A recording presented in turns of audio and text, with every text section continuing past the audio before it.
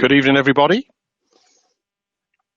We're to the early birds. We're a little bit ahead of time, but we will be starting at 7 or very soon afterwards.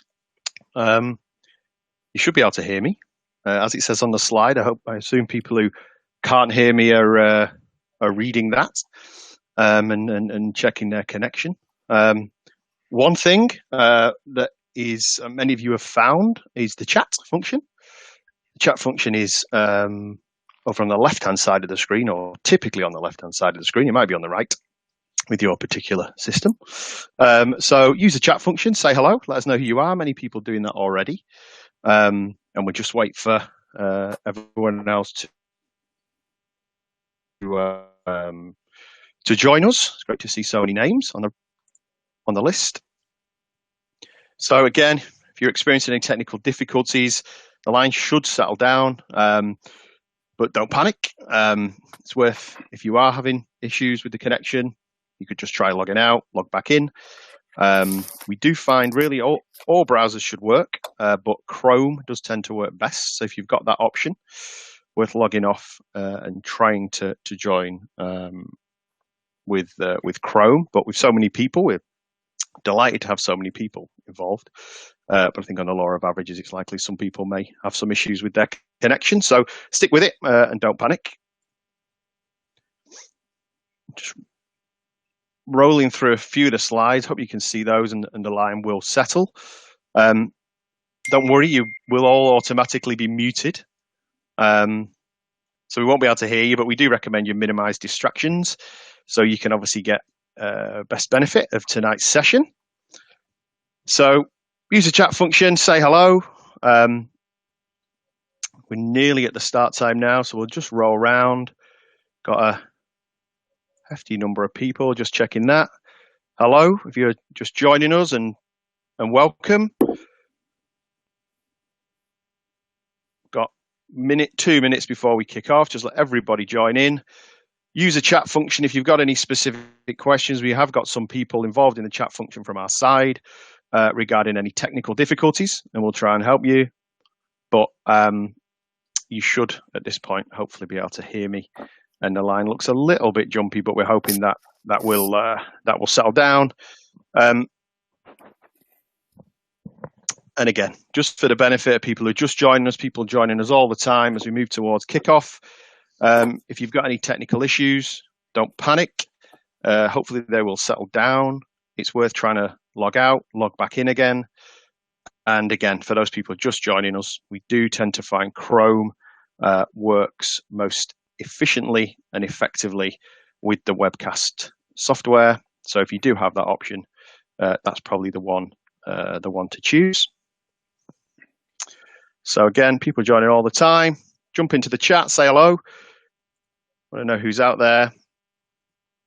A lot of familiar names there, which is great, and obviously some less familiar ones, which is just as good as we want, obviously, to welcome new people to this little circle. And we'll be kicking off any moment.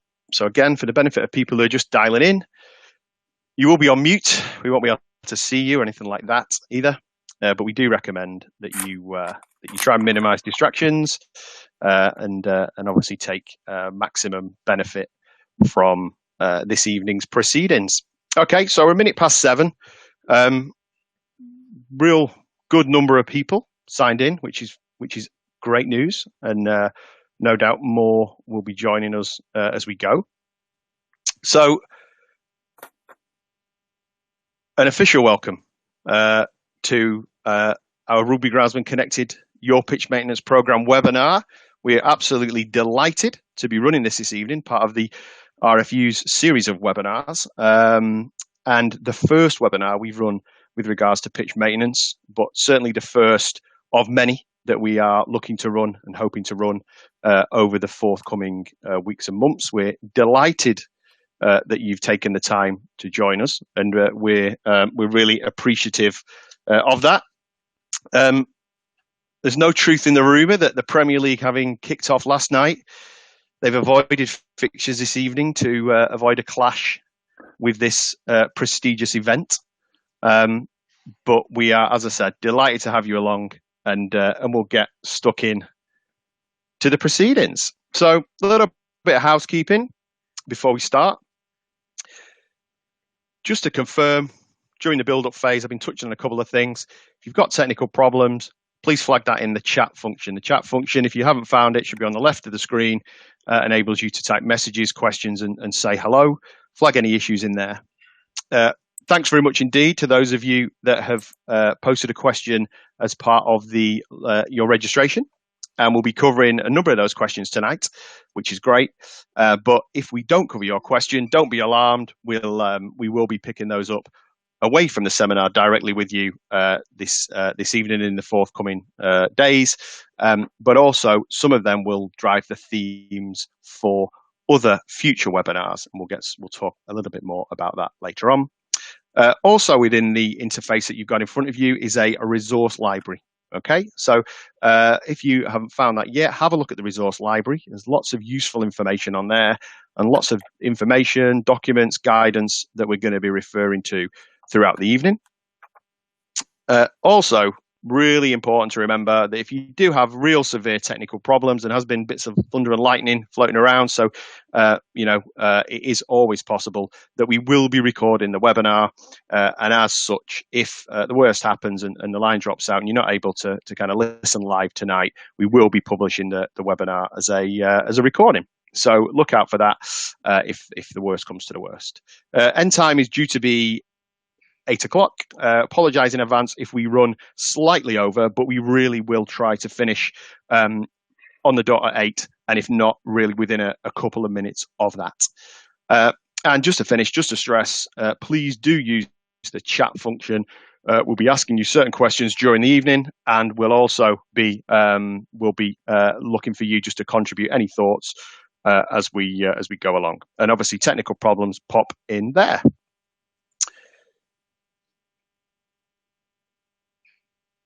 Okay, so the agenda for the evening, we've got a little bit of a wobbly line, a bit of weather floating around, but hopefully you're getting the gist of this. The agenda, I'm going to introduce everybody shortly, and then we'll get stuck into the guts of the evening. I'm going to do a short piece just to introduce everyone to Groundsman Connected. But really, the main part of the webinar is when we're going to be hearing from a couple of other people around the focus and the expertise of pitch maintenance on daily operations and remedial works. So that's really the fundamental elements and the main part of the evening. But we do want to wrap up by talking to you, getting some feedback from you, and providing some thoughts in terms of yourself, your club, and the future direction of travel of all these sessions that we're going to be running. What we're trying to achieve from tonight, we really want to encourage planning. That's kind of, if you like, if there is a theme tonight, so encourage planning, and that may not be a complex plan. We'll touch on it as we work through, but we think if we can start to plan, groundsmen on the line can start to pull together a plan, even a basic one. It gives us a great starting point on which to build through the webinars as we run them and as they develop over the weeks and months. As I say, we're going to spend quite a lot of time reviewing key tasks, hearing about some top tips on the fundamentals of pitch maintenance. But really what tonight is about, it's an introduction. It's a general introduction, a general overview, and we're going to cover a lot of ground. But it's important to remember, if there's areas we don't cover, or we don't cover in as much detail as you were hoping, this really is the first webinar in a series where we're going to be able to do that. Okay, and really importantly, throughout the evening, we're going to be looking to get your feedback on a number of issues about yourself, about issues you've got and challenges, but also, importantly, your feedback on the direction of travel for the webinars and for Rugby Groundsman Connected and our support programs in general. Okay, so some brief introductions. You've been listening to me for a couple of minutes. My name is Ted Mitchell, and I'm the RFU's National Facilities Manager, and I'm kind of, I suppose, a host for the evening. With me tonight, we're absolutely delighted to have Twickenham Head Groundsman Jim Buttar. Hello, Jim. How are you? And a special guest for the evening, Ali Johnson from Stockton Rugby Club up in the northeast. Hi, Ali. Hi, Ted. How are we doing? How are you, Jim? Yeah, good. Good. So behind the scenes, our producer for the evening is Alex Thompson, and you'll be hearing from Alex. when we use polls and use interaction with you throughout the evening. So Alex will be joining us, not visually, but you'll be hearing from Alex throughout the evening.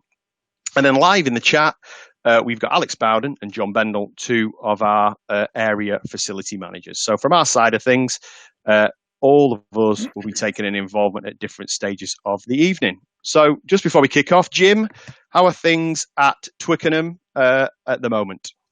Well, surprisingly quiet. Obviously, no fixtures, no games as of March the 7th when we had the Wales in the Six Nations.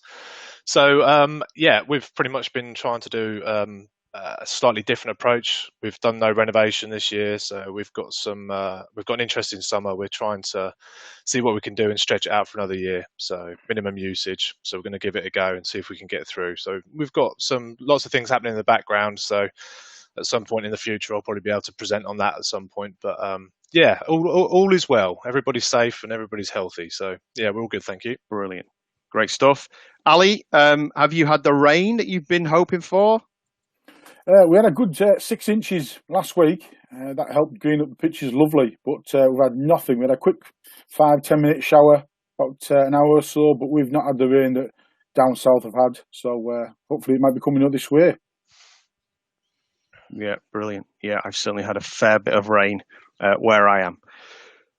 Okay, so thanks, gents. Just to kick us off, we want to find out a little bit about you. So our producer, Alex Thompson, is just going to step in and he's going to run a quick poll so we can find out the backgrounds of the various people involved. Okay, that poll should be with you now. So, yeah, we would like to know what role do you have? A bit of feedback on that. Are you a volunteer grounds team member, club committee member, paid groundsman, contractor, a supplier, or other? And if you're another, please, add that into the chat. We'd love to hear, what and why you've sort of joined. So that poll should be out in front of you now. If you have gone into full screen, you will need to come out of that to see the chat, and you will need to come out of it to see the polls as well. So if you can't see it, you're in full screen, and if you really can't see it, then please do put it on the in the chat function as well. So I'm just going to gather those results now. Thanks very much. Last couple of seconds to pull them in. I've gathered those results in, and yes, interestingly, so 51% are volunteer grounds team members, and 36.5% are committee members. So that's stuff. I'm going to publish those results to you now and hand back over to Ted. You will have to cross it off yourself to see the presentation. So those are published and with you. Over to you, Ted. Brilliant. Thanks, Alex. And that's really great. We've got such a mix and obviously delighted to have volunteer grounds keepers, but also great to have committee members here as well, who obviously have such an important role to play in terms of the overseeing and management of their pitches. Okay, so just a very quick slide from me. Hopefully you're all aware of Rugby Groundsman Connected and are members, and in the resource packs there's lots more information about that and how you can join. But very quickly, if you're not aware, Rugby Groundsman Connected is the RFU's two-way communication channel for groundsmen, for rugby groundsmen. It's a chance for us to communicate directly with you, right into the heart of the club and of the pitch, and an opportunity for you to communicate directly with us and ask us questions as they arise and work through. Groundsman Connected has been in existence for 3 or 4 years now, and we've got well over 1,000 members, and I think we've achieved a lot over that time. There's a real recognition now that we really want to step it on again and move it forward almost onto the next level, and hopefully tonight is the first stage of us doing that and really stepping it up, moving it on again, and moving it forward in support of rugby clubs and groundsmen that are out there. So as I say, hopefully you're very familiar with that.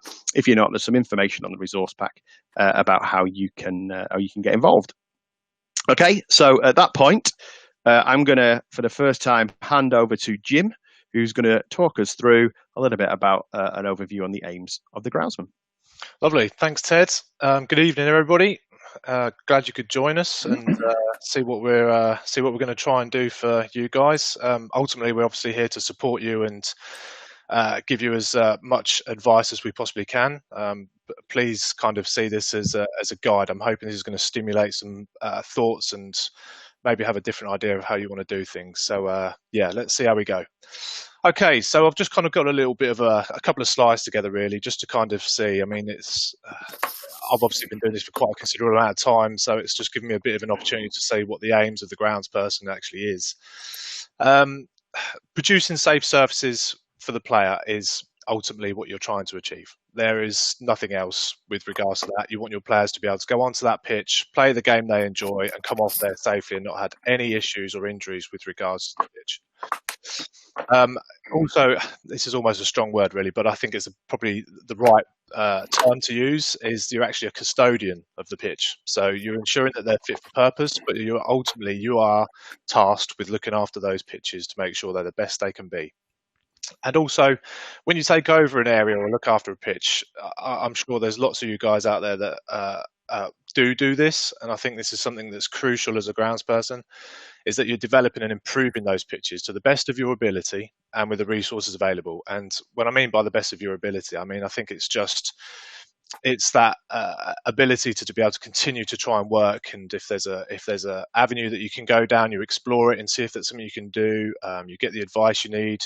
This is the way to kind of see it in terms of as a groundsperson and the aims you're looking for. A few more. Again, this is another thing, building relationships with coaches and players. Again, you're trying to give them the best surface, and it's obviously ideal in training that you can guide and advise them on how best to use those pitches in terms of training. It's difficult, it takes a long time, you have to build those relationships, but it's really important that you do that. It's half the battle for you guys as groundsmen and myself. It's okay to present and get pitches ready for play, but you need to make sure these guys can look after them. And also to be proactive with your approach. It's all well and good saying that, this doesn't work, that doesn't work, but I think rather than just waiting for something to go wrong, it's actually trying to be a bit more proactive and have the expectation that something needs to be looked at or has to be changed for it to be better. And then ultimately, you need to enjoy your work. I think it can be hard, it can be stressful, it can actually run you down a little bit as well. You can get stressed by doing the fact that you can't do what you want to do with these pitches. But I think the bottom line is that you turn up to work and you enjoy it as best you can. And we're going to go back across to Alex Thompson. He's going to run another poll. So this is quite an interesting one. Alex? Okay, that poll should be with you now. Obviously, it's been a challenging time, not normal of part of season. So what impact has the COVID-19 had on your pitch maintenance program? We'd really love to know. Has it been significant? Has it made any impact at all? Has it given a chance for your pitches recover? What have you sort of put in place? So that's with you now, that poll. Remember, if you are in full screen, you will need to come out of that to use the poll function. So we're going to just leave it the last few seconds if you can answer that, and I will gather those results now. So 5, 4, 3, 2, 1. Okay, so sort of 20% done nothing, anything since the season stopped. Significant for 10%. 31%, some we have done a reduced spring renovation program, and none. Still 38% have managed to complete their usual full pitch renovations. Okay, so I'm just putting those results over to you all now. You'll see them up in front of you, and I'll be back for the next poll. Over to you, Jim. Thanks, Alex. Oh, it's nice to see there's some tenacious groundsmen out there still getting their jobs done. I like it. Brilliant work. Right, okay, so as Ted touched on it, we're going to go through, again, this is purely just a guide. This is just to get you guys just to have an opportunity just to kind of get a bit of a feel for it all, and again, probably get to meet me in some respects. Obviously, I can't meet you, I can't see you, but I think it's just important that I can kind of just run through some of these things. And as Ted's already touched on, this is just the start. So we're hoping we're going to get plenty of feedback from you guys, because ultimately you're going to govern what you want to hear about and see about. So we'll get on with this and see how we go. So daily operations. This is obviously the sort of things you're going to be doing day to day in your job. Obviously, when you go into the ground. So what I'm going to speak about today: planning, There's going to be quite a bit on planning, and you'll see the kind of the thread and how it's going to work through the process. Pitch inspections, mowing, brushing and grooming, pitch repairs, aeration, and line marking. So you are going to see this graphic kind of pop up quite frequently through this presentation, and the idea behind this is that it's actually giving you a bit of an indicator here as to what the likelihood is your pitches, the grass, is naturally going to do. This is regardless of your inputs or not. So everything a groundsman does is essentially enhancing these conditions. So what this grass is going to do. So this is just going to give you a bit of a flow of how we're looking at it. And the key here is timing. Of all the maintenance tasks is the key to have a better pitch. So you'll see it as we go through here what I mean by that. But hopefully this graphic and what comes with it will just give you a little bit of a guide as to how you could potentially start implementing some of these operations through your job. Okay, planning. So the frequency and timing of tasks. So obviously, ultimately, the first job is to work around pitch activity. And I know it's very difficult because you're going to have fixture lists. Things are going to get chucked in that might not necessarily would have been planned. But you know, for the bulk of it, it's going to be around the weekend. On your away games and things like that, maybe you've got an opportunity to work on pitches or give it a little bit of a break. But if you actually start putting this all down on paper or in some form of calendar, you can actually start seeing there what those gaps are and what sort of work you're going to be able to do. But also make sure that it's effective. The work you're doing is effective as well. Ultimately, as groundsmen, we are working with three things. So we're working with the grass and what that's doing. We can control and enhance that to a degree. The weather, obviously, I think everybody on here and can certainly understand that the weather's certainly been governing everything we've been doing over the last few weeks, even besides lockdown. So again, you've got to try and work with that as best as you possibly can. And then ultimately on top of that, you've got the usage to take into account as well. This next slide, it's that image there is actually the whiteboard that I have at Twickenham, and anybody who has worked with me will be very aware that this whiteboard system seems to crop up at every job I've done. This for me is just, it's a lot easier to put things down on paper and actually physically see the pattern of how things form. So you set your board out, you put your fixtures in, then you work out your key operations that you need to do, then you start to work those into the process, and then you can start playing around with it and actually say, well, actually, if I did that at this period, maybe I should do it there instead. Will it be more effective if I did it then? And that way, it's just a lot easier to sometimes say, right, I'm going to do this today, I'm going to do that next week. Maybe actually, if you get it all down, it just gives you a little bit of a plan. And that's not to say it's fixed. Of course, it can change, it can move around. The weather's obviously going to dictate it. Somebody dropping in a training session, for instance, that's going to change it. But ultimately, you've got something there to start working from. Jim, I might just interject there, and I'm quite keen to. No, that's okay. I'd just be quite keen to bring Ali in there and just give a grassroots perspective. So obviously, Jim doing what he does, planning important. Ali, in terms of planning, grassroots level, is that something you're able to do? Is that something that you think is important? Yeah, I try to do it weekly if I can, and I write things down in the diary. But a lot of it is down to work commitments as well and weather. Best will in the way, you might want to go down on a Tuesday night, but it might clash with a training session. You can't work on the training pitch, whatever. So it's sometimes difficult. Obviously, then I've got 5 weather apps on my phone, so you keep continuously checking that. And sometimes when you're free to go down, it's not suitable to work on the pitch. So it's quite difficult at times, just marry it in, especially being part time and maybe just only able to go on a weekend as well. Yeah, brilliant. Yeah, good. So, again, we what we want to try and do throughout this is to obviously reflect that the different levels of the game. And I think planning, as we said, is a key theme for tonight. And I think regardless of the role you play, we see that as something that's crucial. The level of the plan, the detail of the plan, the look of the plan might be very different, but the principle and the concept of planning, we think is really good. Okay, so just before I disappear again, I just want to prompt a question in the chat. So this isn't a poll, just one for the chat function. Really, we'd be really happy and keen to hear from you of whether or not planning is something you do.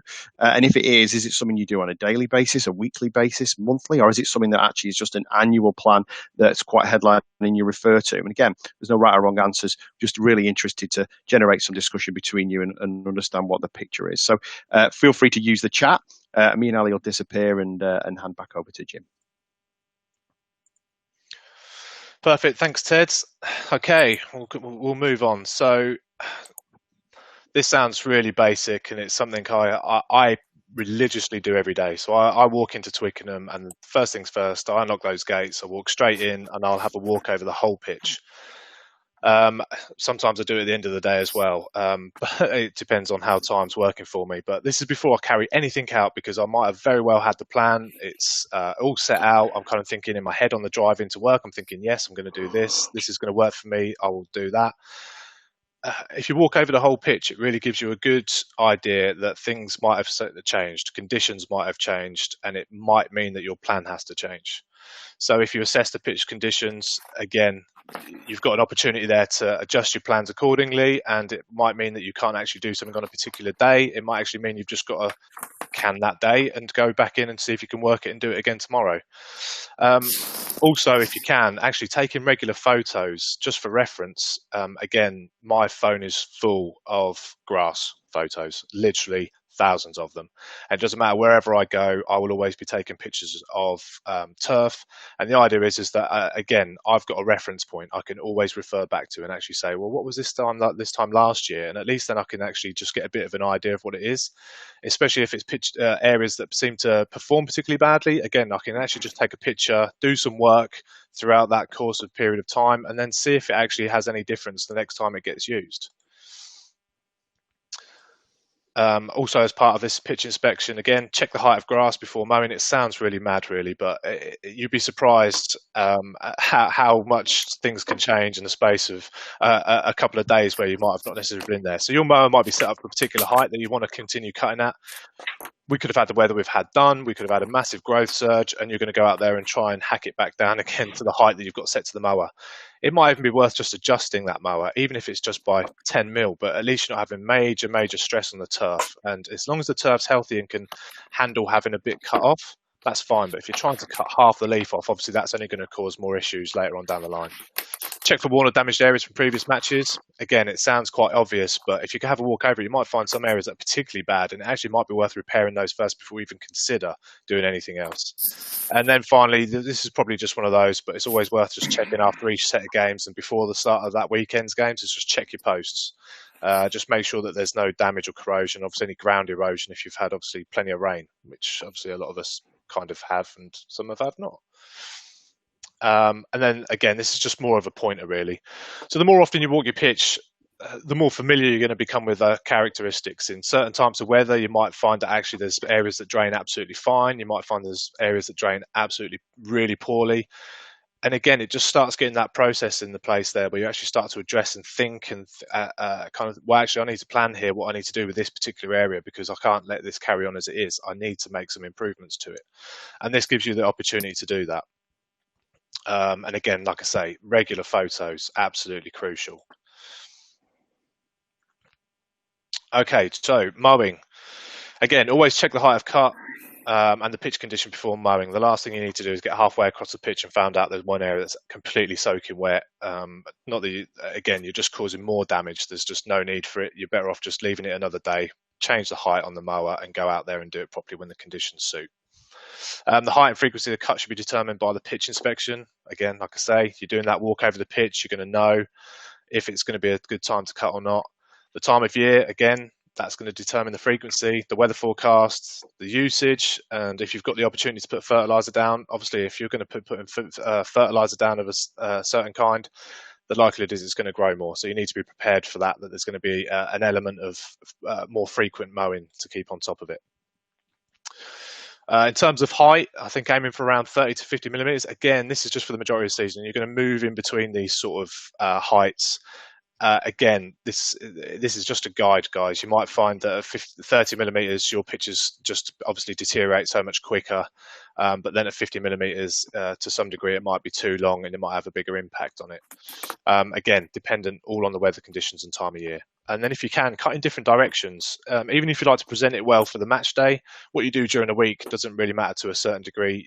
You want to be able to get the grass cut in different directions. Again, it just stops that turf damage if you're going in the same direction all the time. And again, ultimately, the turf health is what you're looking for. The longer that turf is healthy, the more robust it's going to be able to deal with the usage on it. Moving on. Excessive usage in areas. So you might find there's particular areas on the pitch that might actually benefit from having actually the grass being a little bit longer. Again, I don't think it's going to be a huge issue if you have a difference of, say, 10, 15 mil to the actual players. They're probably not even going to notice. But for the actual pitch and its health and the fact that it might be able to have a bit of longevity through the playing season, it actually might be worth considering that there's some areas that you might be worth just leaving a little bit longer just to see if that can actually last a little bit longer through the season. And then obviously protecting those areas, again, it will just help it recover so much quicker after the matches that you would have had on them. This is an interesting question. So clip-ins, remove or leave. Obviously at Twickenham, I'm removing them every day. That's just part of that at that sort of level. We don't allow the clip-ins to fly at all. That's just how it is. But Ali, if you want to just jump back in, please. Hi, Jim. So for you, removing or leaving, a bit of both, or have you got a preference with regards to your clip-ins? We just leave them, to be honest. Our rugby club is based at an academy, so we've got to work around with a contractor, which is GGN. They're very good, actually. They cut every week, but they normally let the cuttings fly. Over in the outfield in the cricket club, we've got a ride-on triple. We look to cut during the season at about 35 mil, and obviously just keep it topping it off every time we get a chance to, really. Yeah. But there's also the cost as well. That you must. It's where you leave them. Where do you take them away? Obviously, the cost of skips these days is extortionate, so it's all extra cost that clubs got to find.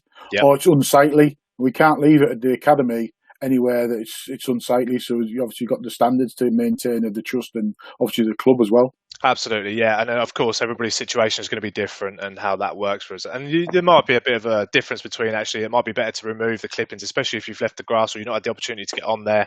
Of course, unfortunately, you're going to have to try and get rid of those or continue keep mowing and mulching it up to try and get it to work down into the base. Perfect. Thanks, Al. Yeah. So okay, again, no just to take into account as well here, the mower maintenance it's absolutely crucial. So look after the mower. It's going to be the most important piece of kit you've got. It's going to be going out regularly all the time. Make sure it works. Make sure the blades are good. They cut. You've got to check that every time it goes out. Your oil levels, everything. It's so important. You just end up with a costly repair bill, and of course you won't get the cut that you desire as well. So it's certainly worth considering. Moving on, brushing and grooming.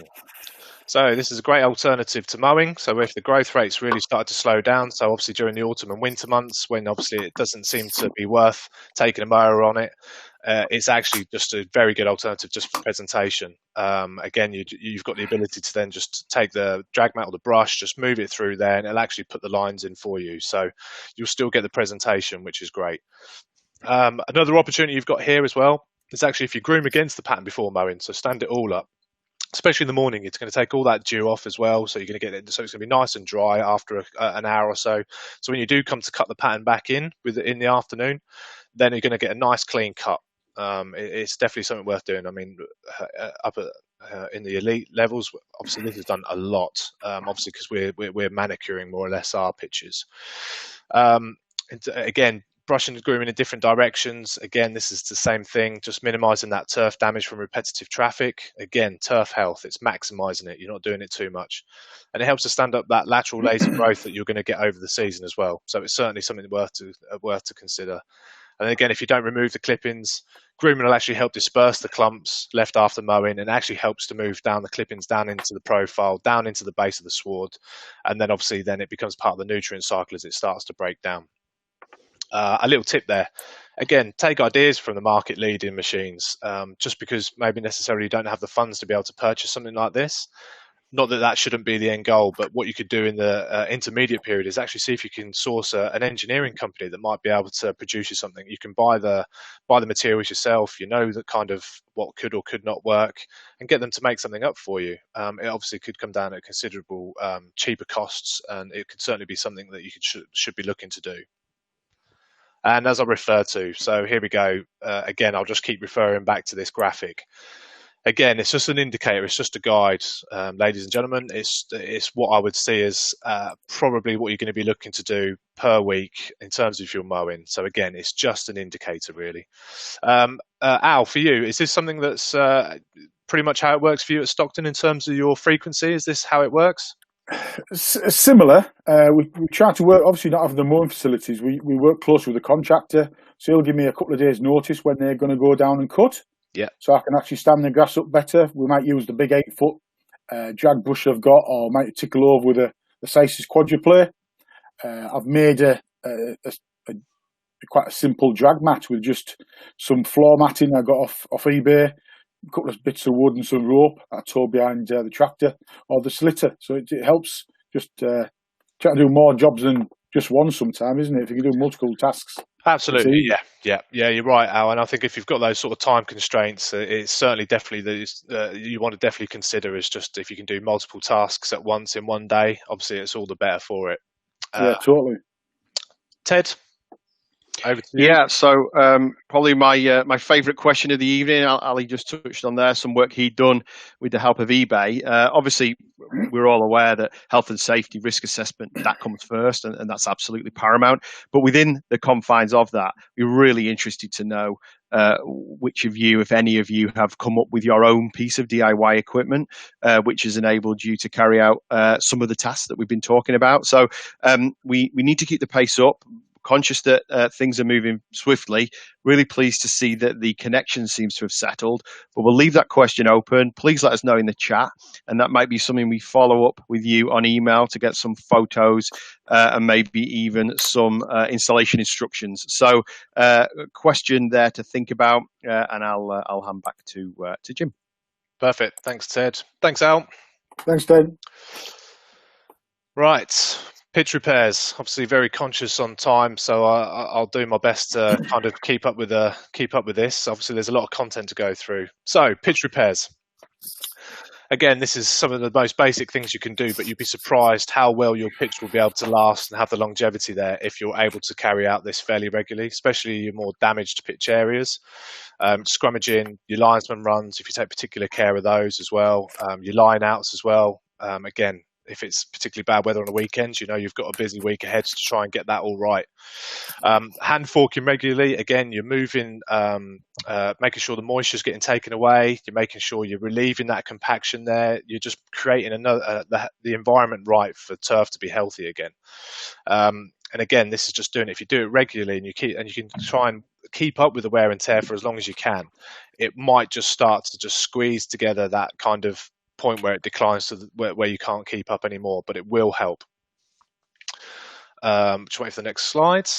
During the winter months, again, forking these hard areas, it's if you have the budget available and you can have some sand stored on site, just a few buckets just to take out there, just in case you've got some areas there that have been particularly damaged. You can just heave with a fork and just lightly dress out. Again, it's just going to make a big difference when it comes to the entire pitch and how it's going to perform throughout the season.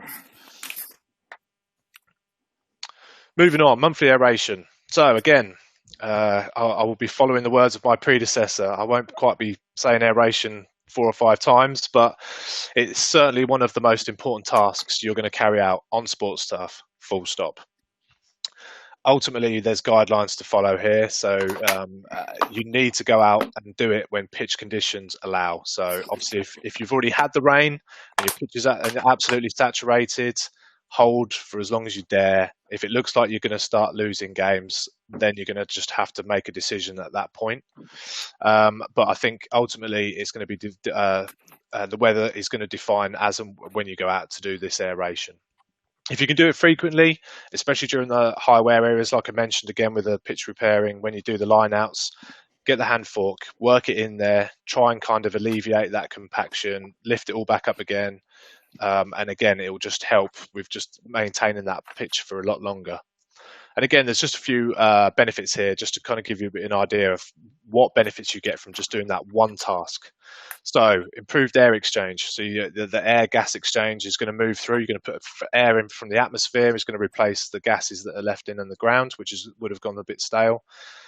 Improves the water uptake. So again, it just makes it easier for the grass to be able to take up water. Same with nutrients if you can fertilise, but it will obviously again take nutrients out of the soil in the indigenous soil that's there.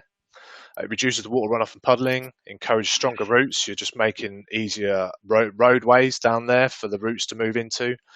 Obviously, it reduces soil compaction. And again, this is the thing here, which obviously a lot of you guys might be getting now, obviously due to the really hot May, is that obviously you're getting this drought stress where the grass is just really starting to struggle. It's losing its colour. It won't have died. It's just doing a very natural thing with just trying to shut down and trying to reserve as much energy as it possibly can. As soon as the conditions allow, it will come back. Going back to this with the monthly aeration, if you're able to create more more roots, that's going to be able to withstand the drought stress to a point. Again, there's still going to be an impact there if we have a prolonged hot period like we just had. But ultimately, it will recover a lot quicker because it's able to access and source that water and nutrients, all important nutrients, to kick-self its start back in again. And again, here we go again. Here's the graphic. So there's 2 aeration opportunities there. Generally, this depends the period of time that this happens. Again, it's going to be dependent on where you are in the country. Again, what type of weather we had. But generally, spring you're going to have a big surge in root growth, and same again in that autumn period you're going to have this big surge in root development. So that for me is where I would say you'd be looking to try and do your aeration. Ali, in terms of aeration and the opportunities you can have up at Stockton, when do you look to try and do that? Any possible time I can, really. It just seems a lot of times seems to be on sort of a Saturday morning, which is maybe not ideal.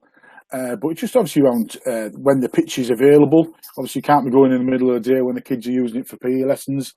There's health and safety issue with that. Also, sometimes it's not right, is it? You just know when the pitch isn't in dry. We had very limited drainage at the club, so I tend to then wait till that dries out. Sometimes you may not be able to do it for a week or so, but we try to use this icy slitter 2 or 3 times a month, and then I've got another spiker, but it's a bit of a troublesome piece of kit to get on. Sometimes a PTO shaft slips on straight away. Other times I could be there an hour. And when you're a single groundsman, I've knocked my knuckles off a fair few times, and you sometimes leave it and go off on a huff and kick something else. Yeah, that's. I think there's be plenty of people on here that will be able to agree with that one, Al. Perfect. Thanks, mate. I'll crack on. Problem, Jim. Thank you. Okay, so that was aeration. Here we go. Line marking. Again, this is just some of the very basic guides. There's probably lots of you guys out there that are more than comfortable and have the experience to do this, but this is for some of these guys that don't. Again, important to measure twice and mark out just the once. You would be surprised how many times people think they've got it right, and then they've gone out to set out with that marker, and then they've taken another look and go, that doesn't quite look straight as I thought it would be. The a squared plus b squared equals c squared, just for anybody who's interested, is by Pythagoras' rule. So it's the whole isosceles triangle, and that you actually use that theory to actually get your pitch square. If you can, use strings every time, especially long lines. Even I can't keep a straight line without a string. So if anybody else can, I'd love to meet you because it's one hell of a talent. But yeah, if you for the normal people that can't keep a straight line, strings every time. A little tip here: if you've marked it out for the first time and you're happy with how that's all set, if you put mushroom pegs actually just off the touch lines, but it's your reference markers. So each time you come back out and your lines might have faded a little bit, or you just want to square it all back up again, you can just find those and you can just run the string line through, and obviously that will help set yourself back up again on your marker. Again, a few simple ones really. I know that's very obvious, but again, you'd be surprised how many people have just tried to go out and mark a pitch out in the wrong conditions.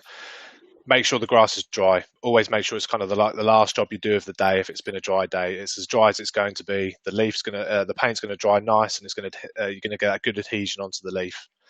After you've finished, make sure you clean out your line marker properly. Again, you're going to be using it regularly through the season. The last thing you want to be doing is just having to chip off a load of paint that you've built up over the last 10 or so weeks, and the wheels stick in there, and if you've got a spray line marker, it blocks up. Keep it clean. It's another 10 minutes on the end of your day. It's worth it. And just to point out, obviously on the market now, some of the formulas that are available, they are bright. There's barely, and some of it actually gets to the stage now where you barely need any paint. So in terms of cost saving, it's a really good thing to look at. And then for a top tip, if you've never done it before, you need a little bit of help, see if you can contact a professional that might be around the area or a contractor who can do it. And again, it's just so you can get some advice and some help to do that. And we're just going to move on to the next one. Ted, back to you for the question. Yeah, just a quick question. So just to stress, there's some absolute great stuff in the chat, and obviously there's so many questions. It's brilliant to see. Impossible for us to respond to particularly the technical questions tonight, but keep asking them, keep posing them. Where we can answer, we will, but we will certainly take all of them away and get to you. But another question just for the chat for now is just around challenges. As I said, we want to gather information from you as much as we can. And what we're really interested to hear are the biggest challenges you face in carrying out some of the daily operations that Jim has just spoken about. So if you would get in the chat, let us know about that. That would be great. And we're going to keep the pace up. And I'm going to hand back to Jim. Thanks, Ted. Right, guys, let's move on to the next one. So, remedial works and specialist tasks. So this is obviously some of the work you're going to be doing. It might be closed season. Again, like I say, I'm going to be touching on this. It's very much a summary with a few bits and pieces in there. I think, again, this is going to completely be governed by you guys. You're going to decide what happens in the next webinars and what you would like us to discuss and give you some tips and advice on.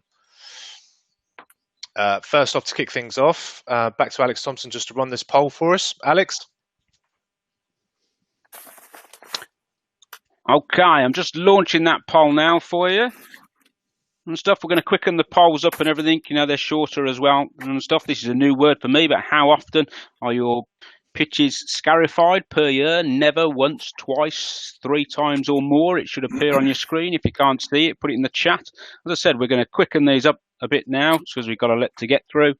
That's 3 seconds, and then I will gather the results.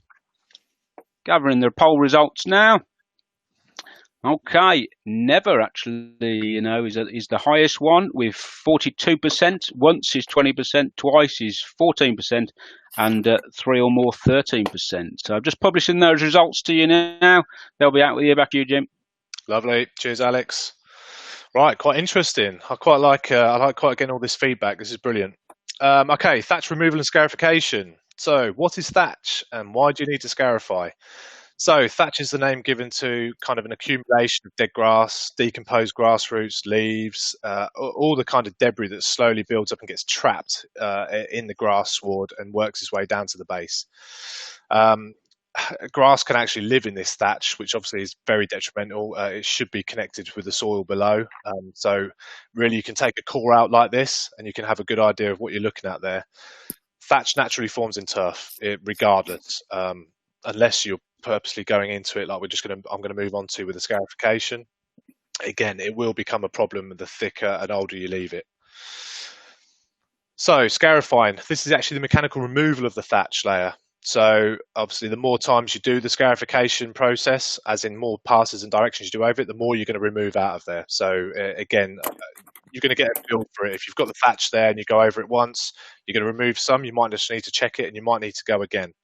But yeah, it's definitely something that's quite important to do in terms of turf health.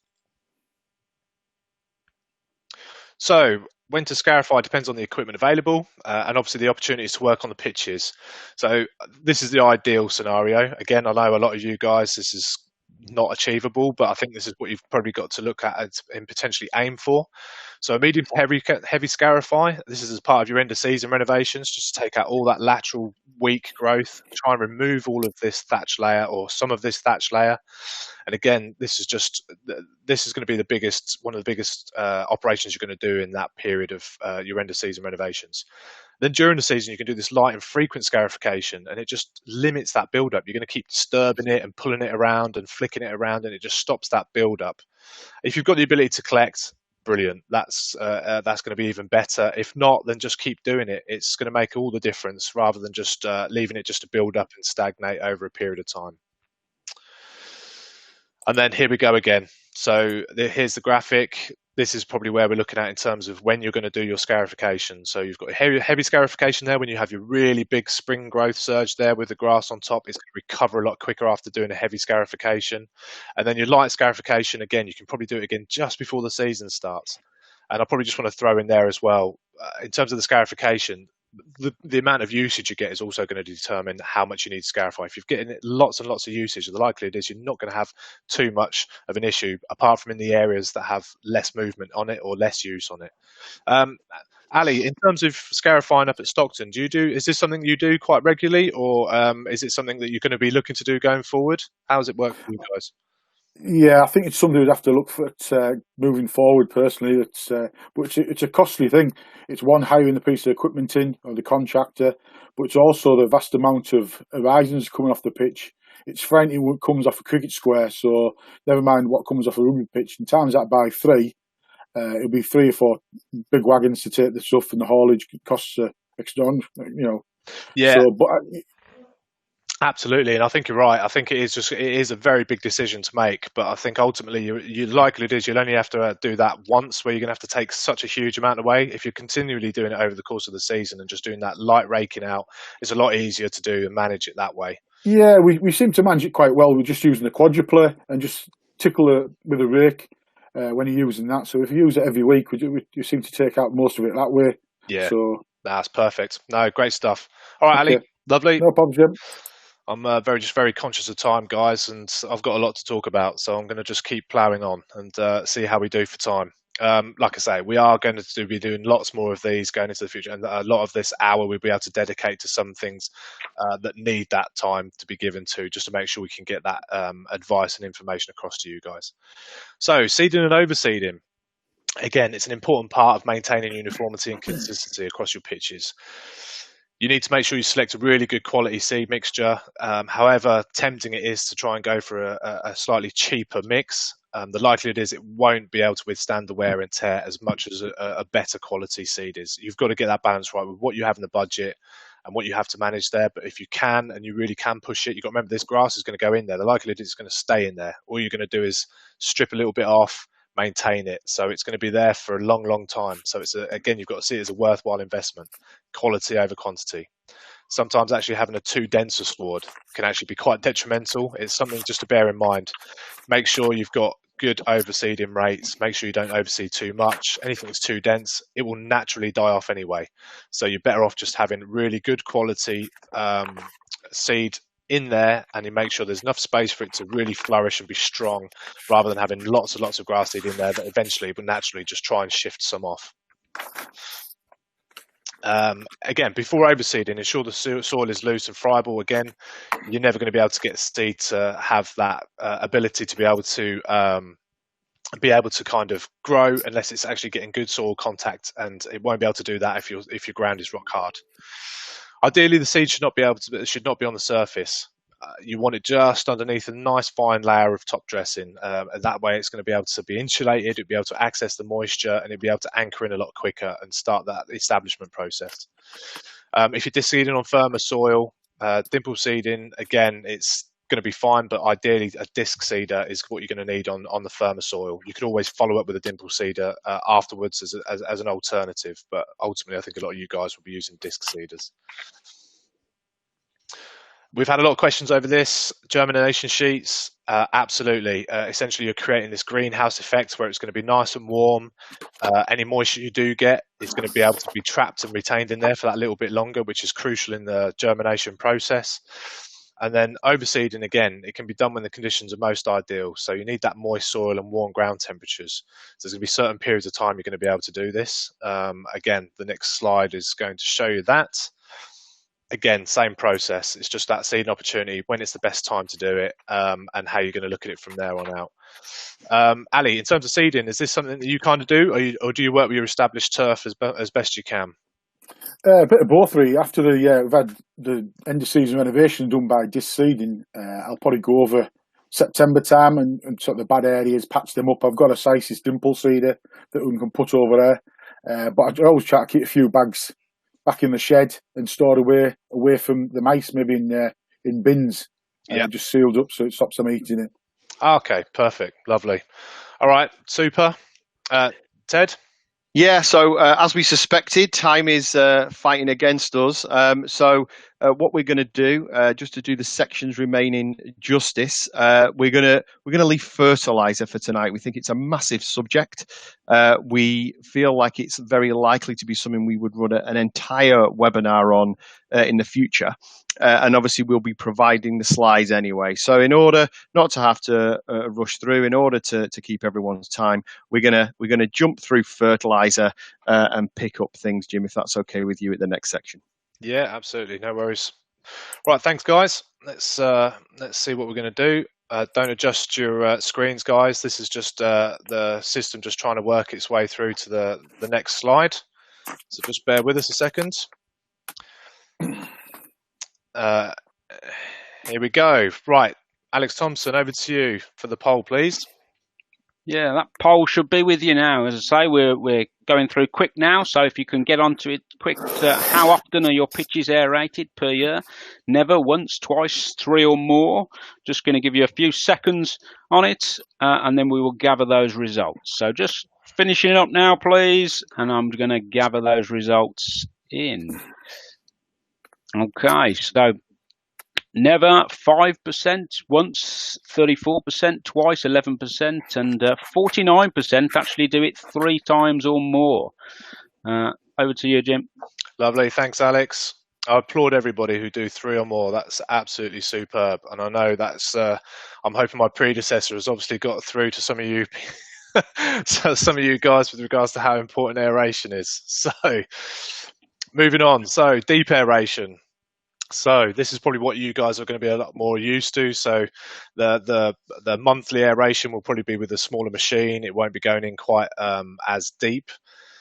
Here we're talking about the likes of the vertidrainer, something that can obviously get down really deep into the soil profile.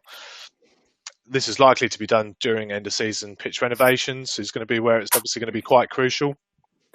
Ultimately, these are some of the things that it does.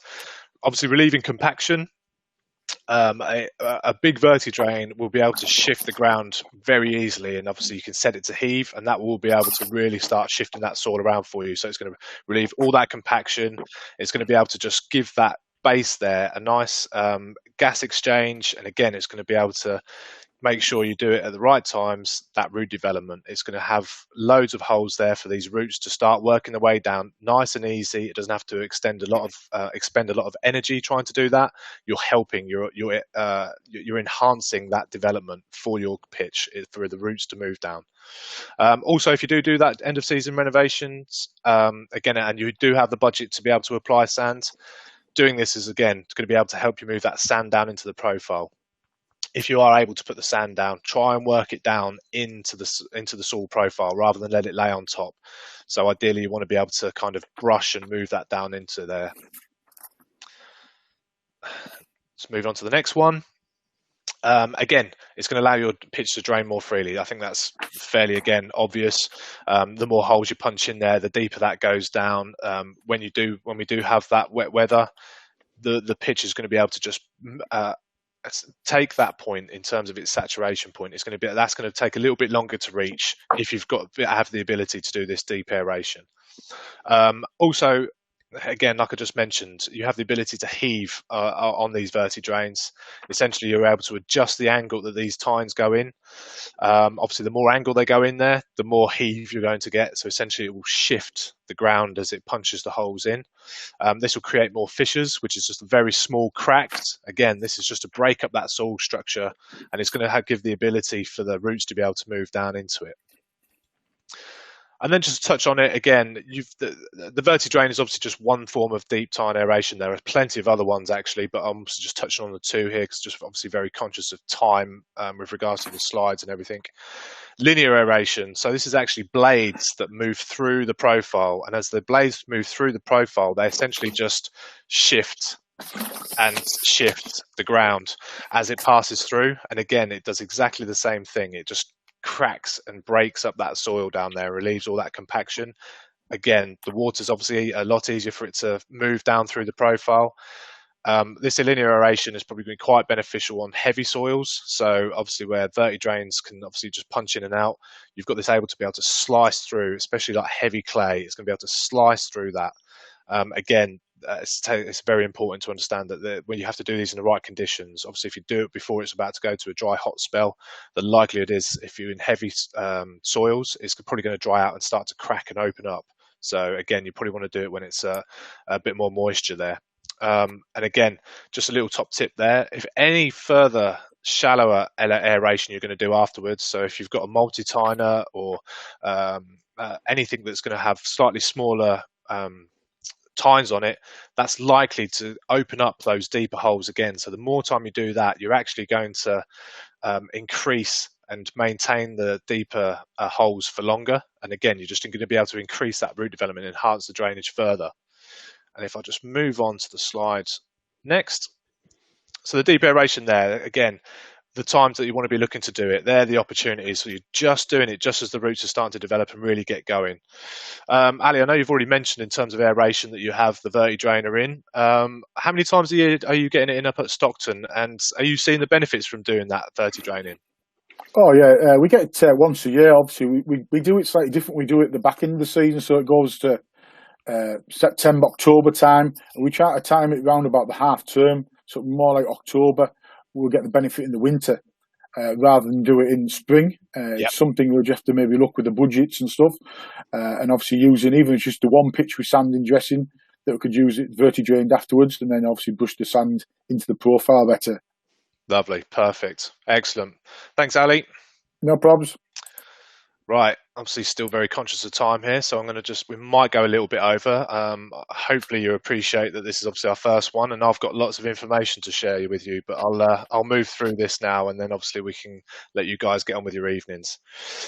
So sand dressing is the ideal material to aid drainage, and you're able to adjust your soil characteristics. So if you have particularly heavy soils, they don't drain particularly well, getting sand to start working into that profile will just help that ability for the soil just to move through that profile a little bit easier. The sand dressing it obviously brings levels back. It's a lot easier to bring that sort of material in rather than it is. So after a season of play, again, you're going to be able to just dress that out. It will bring all your levels back from any pitch damage that you've not been able to rectify and get back to a nice level edge. Just a quick tip there, when you are doing any sand dressing, it would be very beneficial to get that height of grass down just that little bit shorter, because it's just so much easier for the grass to be able to move down in through past the grass and actually get to where it needs to be. You tend to find if the grass is any longer and you put that sand dressing down, it will just flatten and lay on top of the grass leaf, which is obviously just makes things a lot more difficult for you guys to be able to get it down into the profile. And again, when you are doing the sand dressing, normally it's very good if you can do the aeration and brushing and have it planned around that. If you can kind of do that kind of process where you get the sand dressing on, trim the grass, get the sand dressing on, aerate it, and then start to brush it and move that sand down into the profile. What you don't want to do is leave a sand layer on top. That's just going to give you more problems and issues later on. So it's certainly something to just bear in mind, that it's just not as simple as just laying sand straight on the top. You need it to integrate in with the indigenous soil that you've got there. There is some resources on your indigenous soil on the resource page that is definitely worth looking at. You can just punch your postcode in.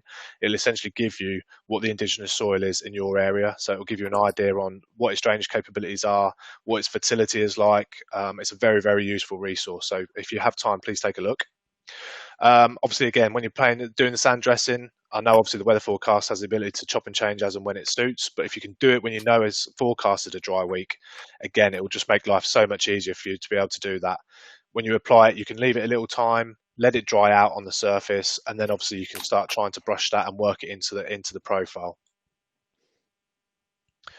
And the final slide from me, again, if you don't have the budget to do the whole pitch, you don't have the budget to do the whole pitch. I think the key here is that you're going to have areas on your pitch that are going to suffer particularly badly from drainage.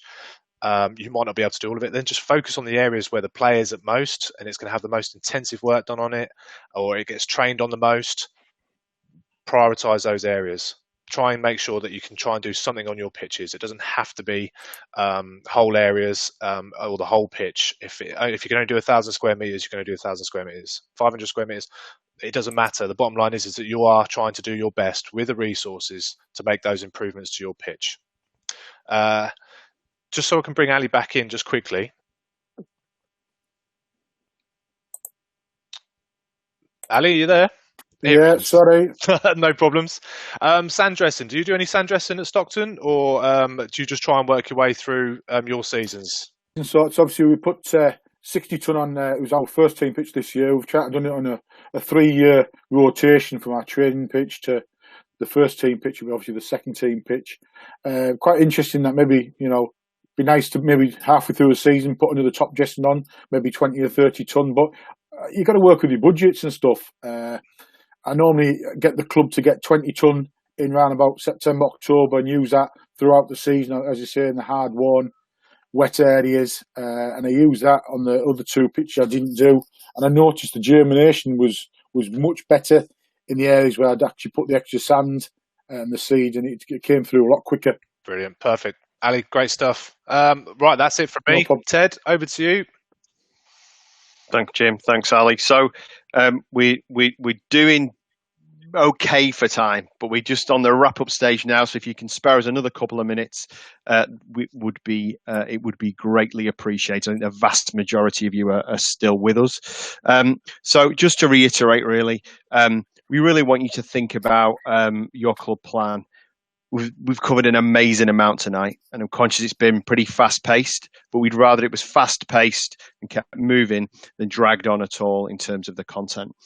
We really want you to think about that plan for your club, and just start that process. There is a template in the resource library that you can use. If other people on the chat have any resources, any templates, anything like that they use, then feel free to email that into Groundsman Connected, and we can share that and refine that with everybody else. And just to pick up on Jim's comment at the end there, the other thing we'd like to go away and think about from this first webinar, having heard so much information, just consider whether or not you've got a priority area at your site, your club. And that might be a geographical area. It might be a particular part of a pitch or a training area you'd really like to focus on. But it could be focusing in on a theme, such as, if we mowed and we mowed really, really well, then actually that would make a big difference to us. So I encourage you to think about those things, use the resources, and if you come into the future webinars with a basic plan, it should be helpful. In terms of yourself, yes, we want to continue, as I said, to offer what we think is quite informal, hopefully, support through Groundsman Connected. But also, our great friends at the Grounds Management Association run a tremendous formal education program, and they've got a really good offer on at the moment for their online modular level 1, which I believe is £25. So if you'd be interested in doing that, obviously visit the Grounds Management Association website, or drop Groundsman Connected an email, and we can provide that information for you. And the other thing is really try and consider what support you might want. How can we help you? We're going to ask a specific question about that in the chat, but after tonight, feel free to get in touch with us at any time if you've got any ideas of how we can be involved and support you. Just a couple of things in the future. So you can already mark a date in your diary. As Jim said, it's been a learning curve for us tonight. It's been really enjoyable. And there's a few pointers for us to tweak and make even more efficient next time. But the date in the diary for the next webinar is the 16th of July. And in terms of the topics for that, I'll be mentioning that again shortly. We've done 2 live Twitter Q&As now, and we'll be looking to do more of those. So we're using that social media channel to try and engage with you. So look out for those and involve yourself. And then again, just trying to innovate, especially in the current circumstances. We're looking to run some virtual pitch advisory sessions through Zoom and through FaceTime. And they are very much pilots, just in certain parts of the country, with a view to rolling them out nationally as well. So the 25th of June one is one that is in the afternoon. We've emailed all members about, or Groundsman Connected members about, and that is for the south of the country, so the general south area. And that'll be with 2 of our pitch advisors, Martin Matham and Colin Worcester, who are on on the webinar tonight, and Colin's been providing some great intel on the chat, I noticed, and Martin too. One on the 30th of June, which is particularly focused on the kind of east of the country, so eastern counties, East Midlands, up to Nottinghamshire, Links and Derbyshire. So again, that'll be with Andy Spetch, one of our advisors, who is also on the webinar. And then on the 2nd of July, we've got a virtual pitch advisory session with Keith Kent and Lawrence Gale, and that's for anyone across the country, where it'll be a one-to-one with the advisors to talk through any issues you're having with your pitch. I'm sure they're going to be very heavily subscribed, but as I said, we're trying them out. We've seen how the technology works. There'll be more that run throughout the country as part of the next step. And of course, our area facility managers, John and Alex, have been involved tonight. There are 6 of those across the country. And if you don't know who your area facility manager is, that would be definitely worth finding out, as they can provide various bits of support around natural turf pitches and many, many other things. Just to revisit the objectives very quickly, planning, we hope, was a theme, was something we've asked you to focus on. We have definitely reviewed a lot of key tasks and top tips, and we've moved through that quickly, as I said. But the main thing was engage with you, get this moving, get the technology operational. Hopefully you guys have gone in. It's been relatively smooth. I think we had a few connection issues to start with, but again, next time round, we'll be more familiar with it. You guys will hopefully be more familiar with it. And this was really a first in a series. And ultimately, we've got some absolute golden feedback from you throughout the evening, both on technical issues, on how you've been getting on in the current circumstances, and how generally you deliver your programs. So that is absolutely crucial to us, and that's something we're absolutely going to pick up, use to mold things into the future. We're going to leave you with a question which we'll leave the chat open for. It's a really simple question. We've talked about future webinars. We've talked about the one in July, and we just really want to hear from you what topics you'd be interested in hearing from us, from other experts, from industry partners that we work with, where we could make a difference. So again, today was very general. What can we focus in on, really spend a bit more time on, and please share your thoughts in the chat if you have time before you go. So final thing, really, big thanks to Jim, big thanks to Ali for all the other support, but most of all, a massive thank you for you for taking the time to be part of this kind of new world. Apologies, we've run slightly over. We hope it's been worthwhile. And we really look forward to speaking to you again soon. And don't forget, leave any final thoughts on future direction, any feedback in the chat, and we'll pick it up. And as I say, be in touch soon. So thanks very much, and take care and stay safe.